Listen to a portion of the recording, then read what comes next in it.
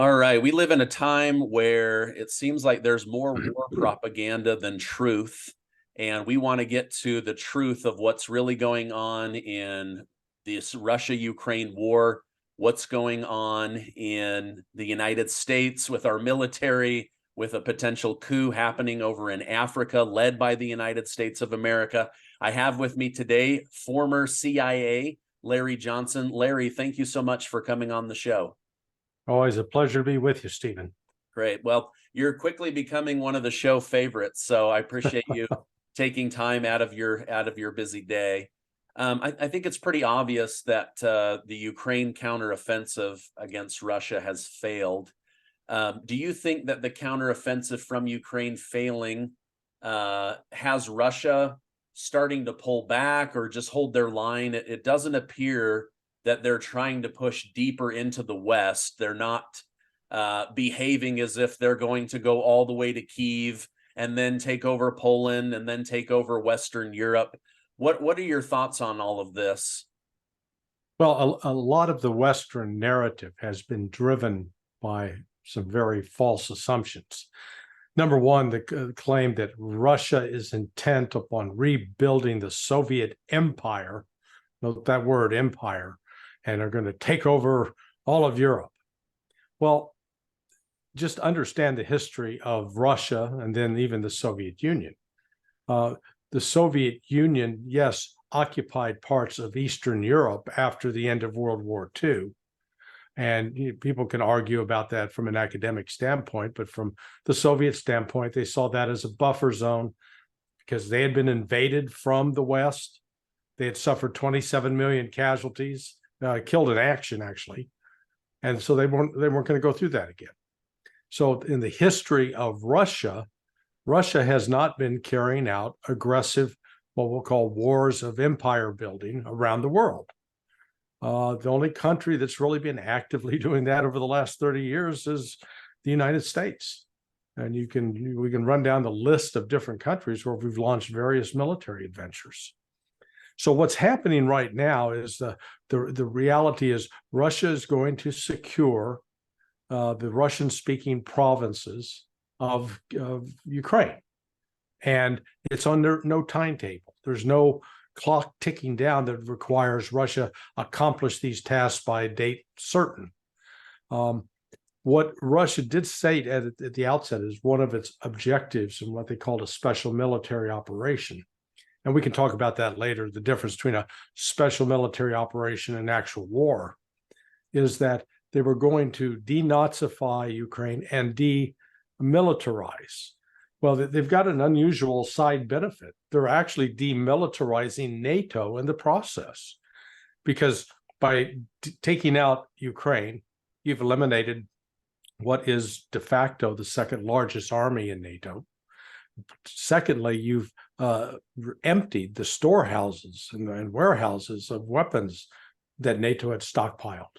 So all of a sudden, instead of having ample supplies of 155 millimeter artillery shells, the United States is running around the world begging other countries to sell the United States those rounds so they can send them back to Ukraine. So I think Russia right now, its plan, it's quite content to continue to attrit and degrade the Ukrainian military capability, and they will press forward. I think their ultimate destination is going to be the Dnieper River and taking Odessa. It is up to the West, really, whether or not Russia expands military operations beyond that, because if the West ups the threat, if Poland decides to invade Belarus or send troops into Ukraine, the western part of Ukraine, and pose a threat to Belarus, then I think Russia's military objectives might change. Yeah, I believe it was somebody in the U.S. Navy that came out and said that our stockpile of ammunition in the United States is getting dangerously low. Mm-hmm. So yes. when you say the United States is running out of ammunition and they're buying it from people around the world, that's a real story. That's a real story. We bought it from South Korea. There's been some reports trying to get it from both Pakistan and from Israel.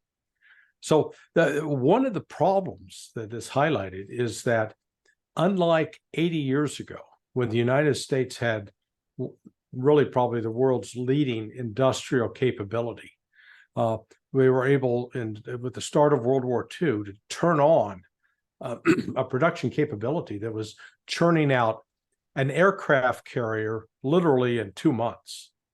Now think about today, it takes us 6 years to build an aircraft carrier. Then back then they were doing it in 2 months.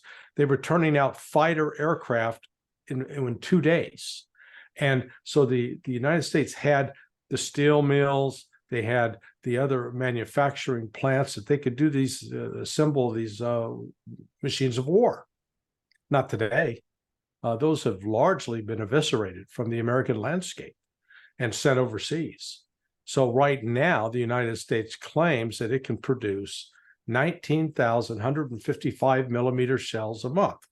Not my claim, that's been from the Biden administration. Well, Ukraine shoots that many in 3 days. Yeah. So just do the math. Ukraine is doing in 3 days what the United States produces in 1 month. And if Ukraine keeps doing that day after day after day, the United States can never catch up to that. The only way it could catch up is it would have to actually construct the factories and then find the raw materials that would be required to produce those shells. So that's what has transpired. What the Russians call their special military operation has exposed the vulnerability of all of NATO, not just the United States, all of NATO, to be able to fight an industrial scale war. Would you say that most Americans believe we could turn on the military engine overnight like we did for the world wars in the past? Because the reason I say that is I was speaking with somebody probably late 50s. He said, oh, not a big deal. America can ramp up military production within a matter of days if necessary. I said, They could barely ramp up making masks and hand sanitizer, like weapons of war, complex machines and weapons. So we're just not as skilled like we used to be either. Right. That's the thing. You put your finger on it. It's not just the lack of those plants, the physical infrastructure. It's the lack of trained people who can do those jobs. And, I think I commented before on your show that when I graduated from high school 50 years ago, myself and my classmates, our parents worked at Sheffield Steel or Armco Steel now, at Standard Oil, at Bendix Manufacturing, which was producing aviation parts and other sophisticated equipment, at Allis Chalmers, which produced farm equipment like harvesters, and 2 automobile plants from General Motors that were in the Kansas City, Missouri area. Those are all gone. I mean, it's not like they've scaled back. They're gone. They don't exist there anymore. They're shuttered. So, your friend's delusional. The United States, there's no switch to flip because we don't have those factories in place ready to start working. Yeah. Wow.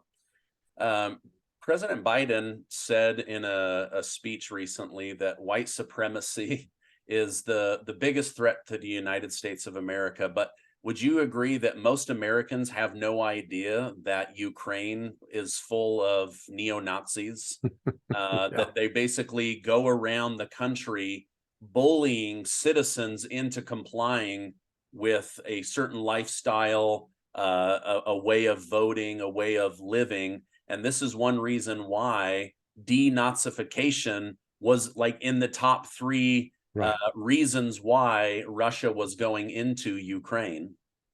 Yeah, this is not some isolated phenomena. It is genuine, it's authentic, and it's been around for years. I recall, I guess the first time I really became aware of it was about 6 years ago when I stumbled upon a documentary that was about the sons of 2 Nazis, the infamous Nazis. One was the son of Hans Frank, who set up the death camps in Poland, Auschwitz, Chełmno, Majdanek, Sobibor, Treblinka. That was Hans Frank. And his son is now, man, well into his 70s. And then the son of named von Wachter, who was the son of the governor general of Ukraine. And this documentary was taking them back, and they were sort of, Hans Frank Jr. hated his father. Von Wachter actually sort of loved his father, and they went to a ceremony in Ukraine where people were dressed up in Nazi uniforms. They were singing Nazi war songs, and they were talking about, couldn't we have the good old days when von Wachter was running things?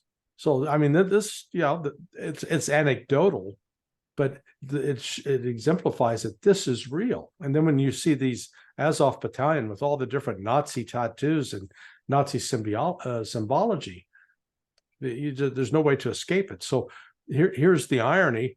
They always get away with excuses. Well, how could they be Nazi? Because they got a Jewish president. Well, they do. And part of it, that is just designed to manipulate Western public opinion. Russia has a legitimate fear of the Nazis, because the last time the Nazis were running around with a military organization, they did invade Russia, and they did kill upwards of 27 million people. Yeah, a legitimate reason to fear. Let's switch gears to Poland. Poland says they're very nervous about their neighbors, Belarus, with their new nuclear weapons from Vladimir Putin, strong military ties to Russia. So they're going to add 10,000 new military troops to their border. Could this potentially spin out of control and 2 more countries are pulled into the war? Or is this just them being extra precautious because, unlike the United States, they actually care about protecting their border? Yeah, no, I think this is it's a contrived move on the part of Poland. Number one, let's recall, it's Poland that's hosting upwards of 10,000 American troops now on its soil, that has put in place a missile system that was taken off an Aegis naval ship, and it's now on land and can be used to fire nuclear-tipped missiles at Russia. So Poland has been, if you want to look at it from Russia's standpoint, the aggressor here.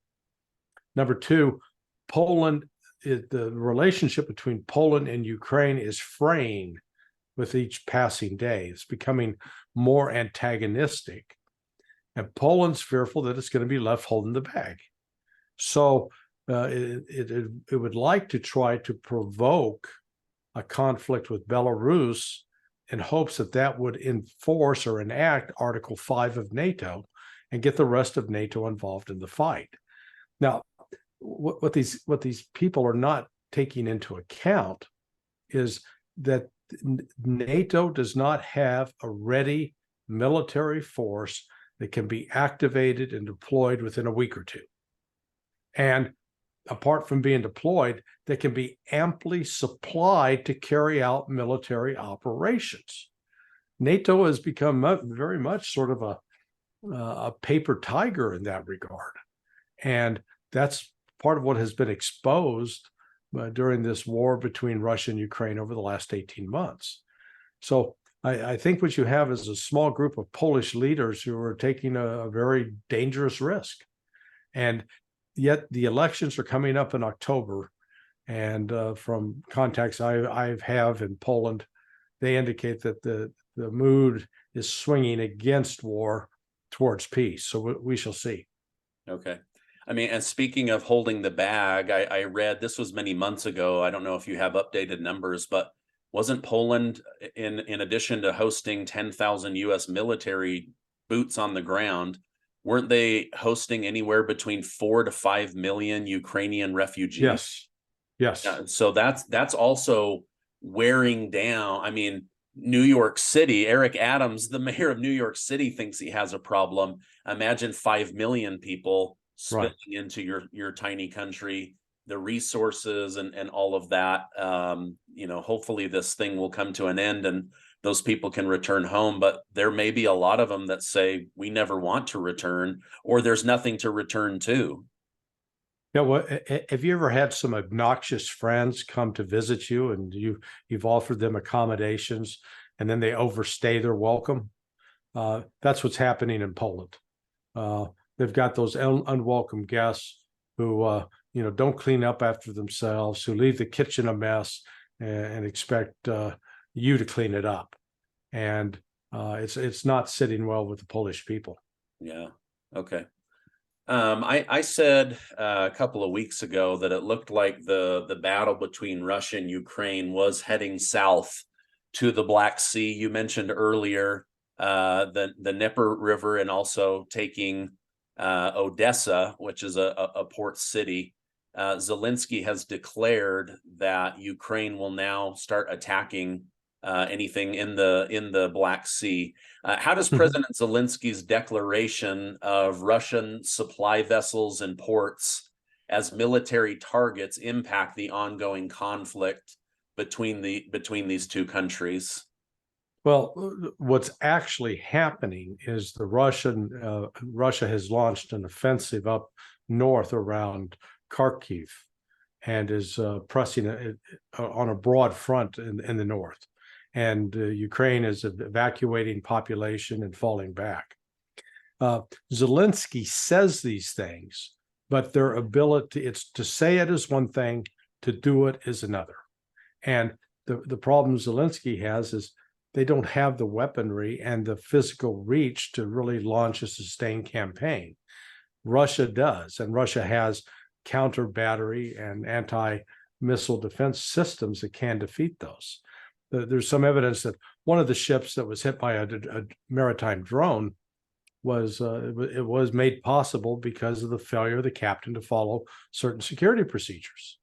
So, in war, people make mistakes and do dumb things.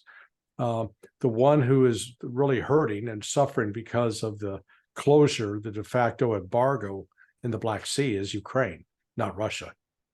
Yeah. So from a commerce standpoint and from a military standpoint, would the reason for taking over Odessa be an extension of Crimea west and just picking up another port city that then landlocks Ukraine in a sense, or what's the thinking behind that? No, I mean, Odessa historically for Russia has been very, very important. It precedes the Soviet Union, so this is not some new desire on the part of Russia. And remember, the majority of the population in Odessa is Russian speaking, not Ukrainian speaking. So it's part of, I guess the best way to look at it would be, imagine if Texas was now back under Mexican control, and through some sort of conflict with Mexico, you know what the sentiment of most Americans would be about retaking Texas and making sure it was still part of America. Same thing in Russia. Okay, thank you. That was a great example. Just in the last 24 hours, President Joe Biden announced he needs another $40 billion of taxpayer money approved from U.S. Congress, with 15 to 25 billion of that going to Ukraine. With how much money Congress has passed since Biden took office, and we're talking trillions and trillions of dollars, how is it that they are always running out of money and is sending 15 to 25 billion dollars of taxpayer money to Ukraine? Is that the right move, or is this Biden enriching corporate donors as we head into an election season? I can't understand that. It's just not making sense to my brain. Yeah, well, you're right. It doesn't make sense. It's not the right thing, and it is enriching cronies of Biden. That's the simple answer. What it exposes is that Ukraine right now is totally, completely, entirely, can I find another adverb to describe it, dependent, excuse me, on the United States financially and militarily to stay in the fight. If if the United States stopped tomorrow providing that kind of aid, Ukraine would be compelled to surrender. They could not continue to fight. Now, what's interesting is what has the shift in public opinion in the United States now. I think a year ago, you had like 60, 70% were like, oh boy, we got to support Ukraine. Let's jump in there. Now it's completely reversed. I think it's 55% are saying, no, we don't need to provide any more aid to Ukraine at all. And Ukraine's failure to make any sort of significant progress in this counteroffensive, and that is being widely and routinely now reported across the media, whether it's from CNN, Wall Street Journal, New York Times, Washington Post. They're all putting that message out. Well, that wasn't the message we were hearing 6 months, a year ago. It was, oh, Ukraine's marching to victory, Ukraine's winning.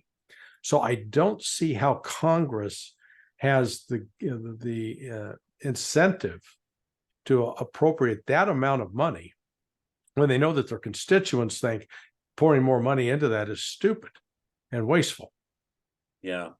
Yeah, I would have to think that at some point, part of their election campaign is, hey, I continue to throw good money at a bad thing. And not that supporting Ukraine is bad. Obviously, they need the help. But at some point, you have to realize it's time to throw in the towel and push for these peace agreements. China knows that. Saudi Arabia knows that.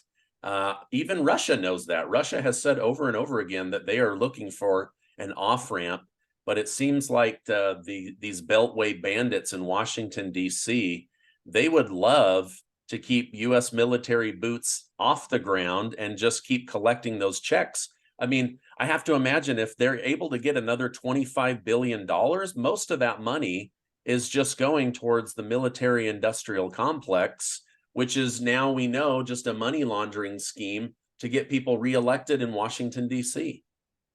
Yeah, there's definitely a corrupt relationship between the members of Congress and the members of these corporations that service the Department of Defense and the U.S. military.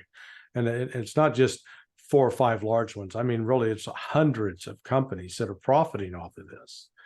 And yes, it's true that a significant portion of the budget of the Department of Defense is being chewed up by personnel costs, not by necessarily weapon systems.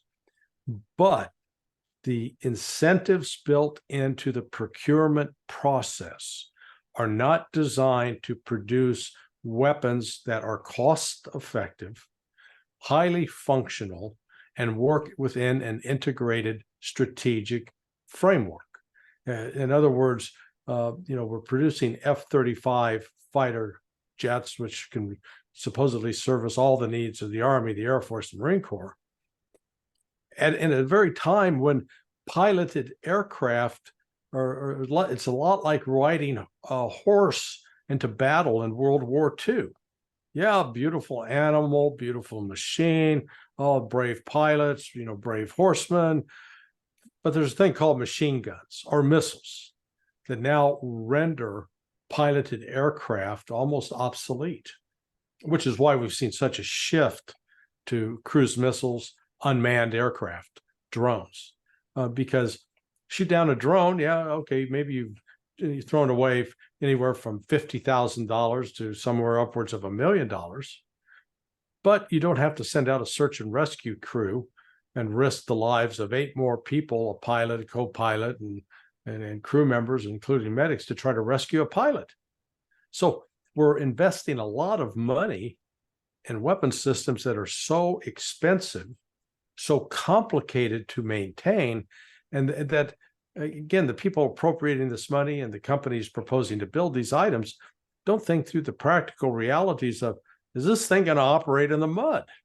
And how does it put up with not necessarily having its oil changed every 500 miles? And so, these practical considerations are not what's driving the defense spending. And when you look at the trajectory, we're headed toward $1 trillion when 30 years ago we were talking about 220 billion. It's phenomenal.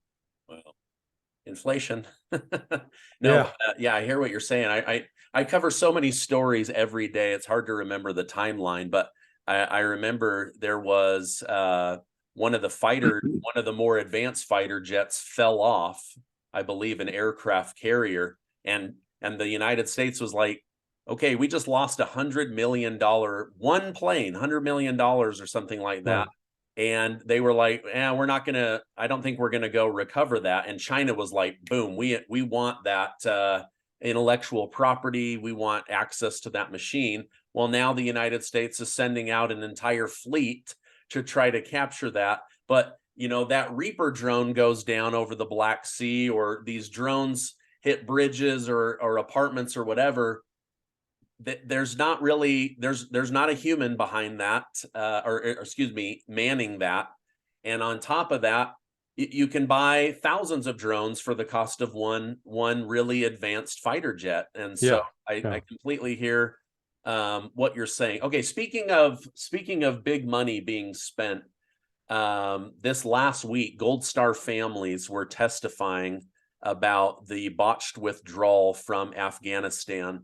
And one thing that came out was that the Biden administration has sent $2.35 billion to the Taliban over in Afghanistan. Are they not considered a terrorist group to the United States? I'm just trying to figure out how my hard-earned money that gets taxed at an egregious rate ends up in the hands of a terrorist over in the Middle East. Can you, any idea? I don't know. This might even be beyond you. Yeah. The lack of consistency in U.S. policy is it's a real stunner for people, not just in the United States, but around the world.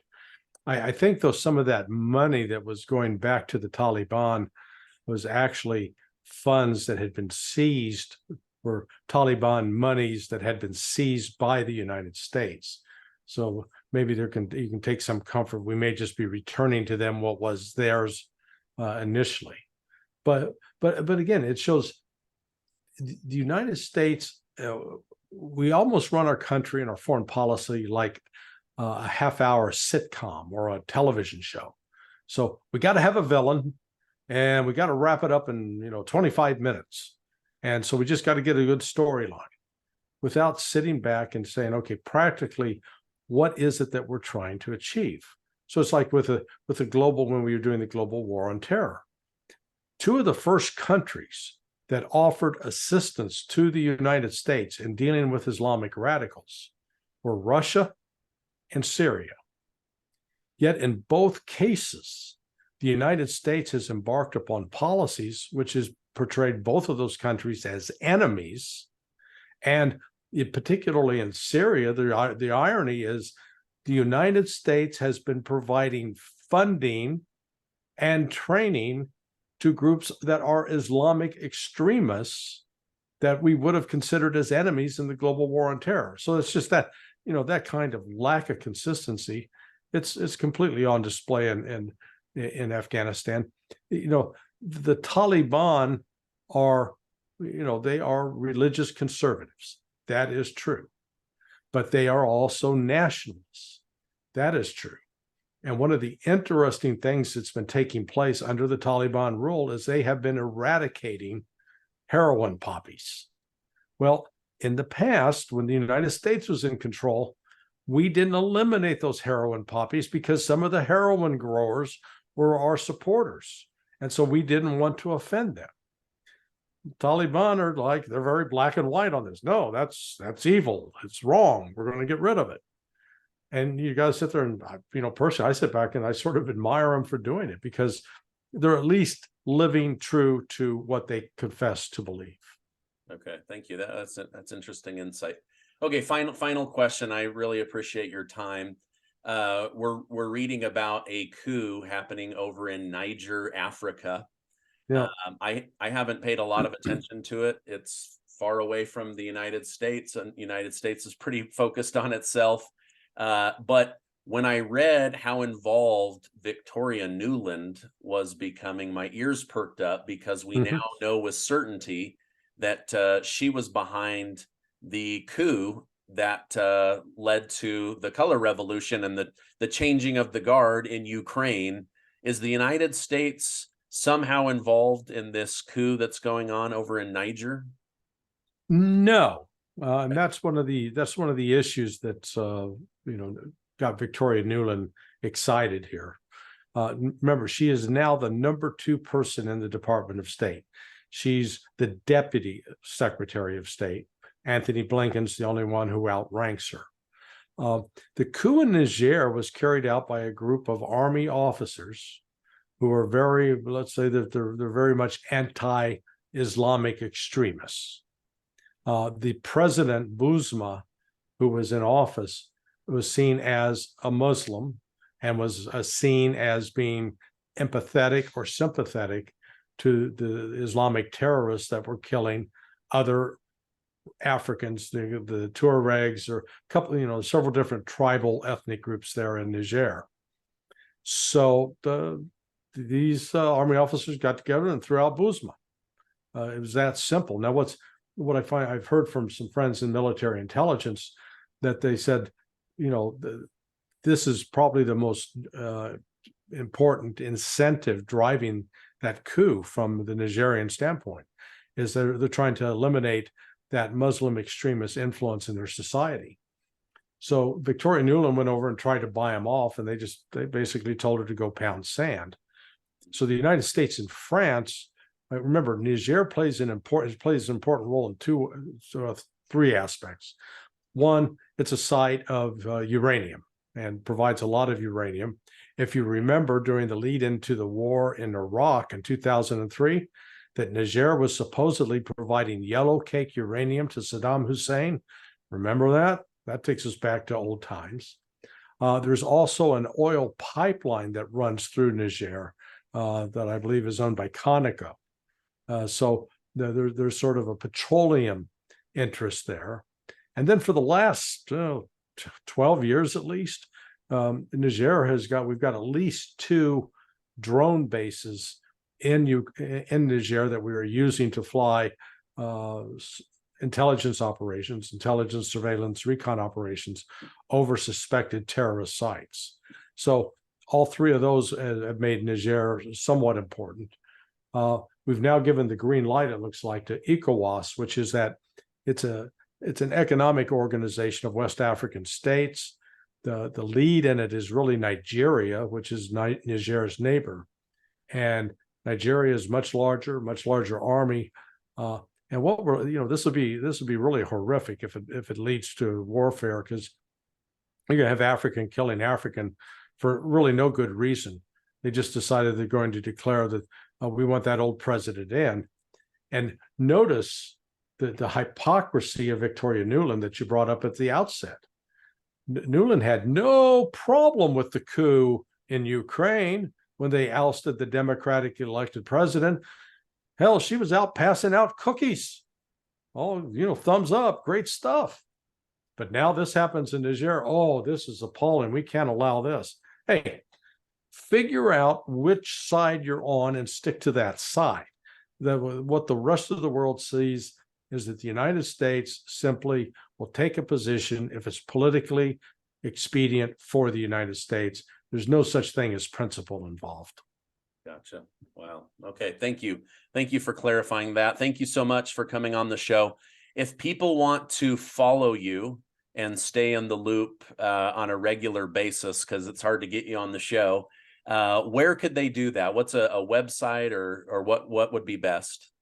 Sonar21.com. That's where I hang my hat most of the time. And then from there, I've got links to Substack, Patreon, buy me a coffee. Gotcha. So. Okay. Great. Well, thank you very much. I appreciate you, Larry Johnson, former CIA, for coming on and helping us better understand what's going on in the world. Thank you, Stephen. Always a pleasure, my friend.